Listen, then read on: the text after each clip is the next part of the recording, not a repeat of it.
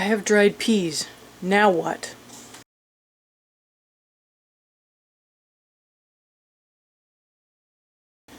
Welcome back. Thank you so much for joining me. If you're new here, I'm Kathryn, the Aerogarden Homesteader, and today I am dealing with the green peas that I planted in my garden.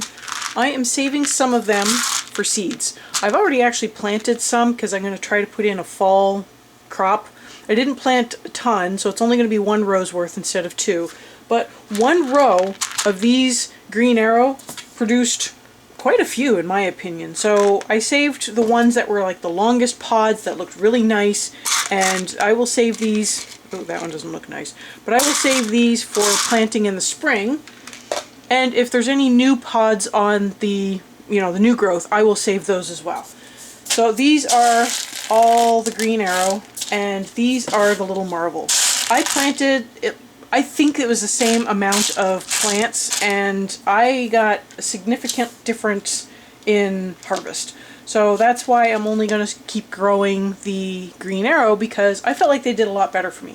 Now, the reason why I am leaving them to dry on the vine is because, number 1, it's easier. Number 2, I don't have to get out there at a certain time and make sure I'm picking them at just the peak of perfection, because it ain't happening. Number 3, it was so hot all of a sudden, and so for the last 3 weeks I really have not been able to do very much outside. So it's just leaving them on the vine has been really, really helpful. And another reason, it's really hard for me to bend and pick things because I have a really bad back. I have my hip likes to pop out of place, which is not good for your back. So I can't do a lot of bending because it really hurts after a while. So it's easier for me to just rip the vine out of the ground, stand up, pull all the pea pods off and drop them in a bowl, than to try to stand and bend over a raised bed where they're growing in the middle, where the trellis is, and trying to, it just doesn't work for me. So I was going to keep these separate and taste test them, but I kind of feel like a pea is a pea. I don't know if I should be that anal about it. I don't know if that one's any good or not. I don't know if I should be that anal about it. So I am actually just going to mix them together and have a big batch of peas that I am going to can up. So how do we can them? Basically the same way as you'd can a bean. So I am going to do a quick soak method. I'm going to put them in my pot. I'm going to give them a wash.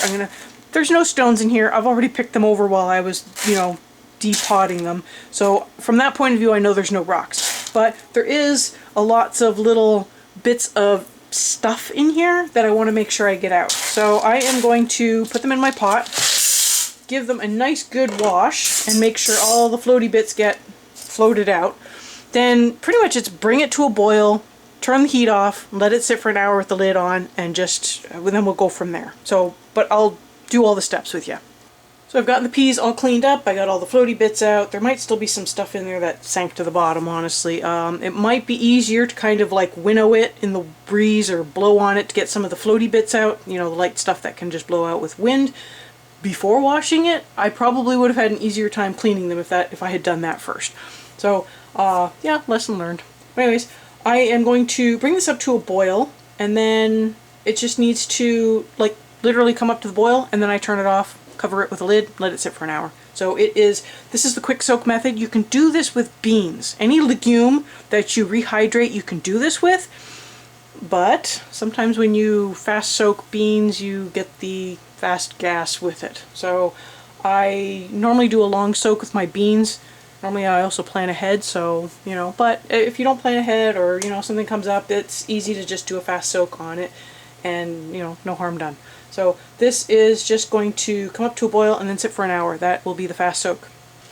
Okay, well, there we are. We're up to a boil, so I'm just going to turn it off, put the lid on, and set a timer for 1 hour.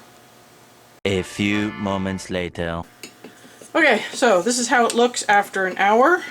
They have plumped up and hydrated. They're not cooked, obviously. They're still going to be hard in the center, but they have plumped up quite a bit. Now, I put some fresh water on this, rinsed it out, just to make sure that, any other cruddies that were in there have been dealt with. So, I need to bring this up to a boil. Once it is up to a boil, it needs to cook for 30 minutes, and then it has to go in the jars.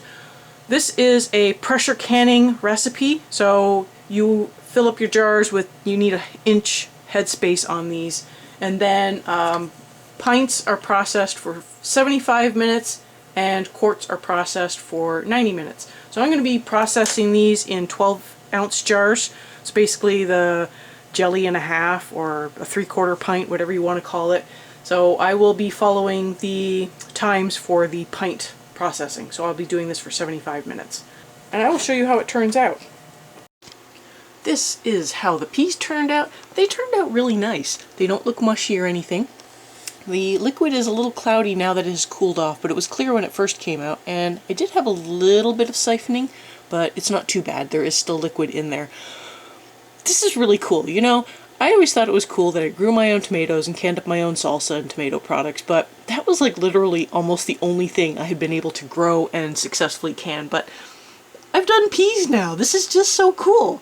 So yeah, I hope you give this a try.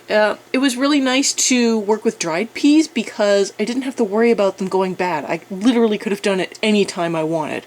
So I wanted to do it now and sort of see how it works out, and obviously to eat my own peas. But yeah, no, this is really cool. I got 5 12-ounce jars. They all sealed up, so I'm just going to have to plan on eating some soon and give them a try. I'm just so excited. I hope you found this video useful. I will have some videos up at the end that you might also enjoy. I will see you next time on the Aerogarden Homestead.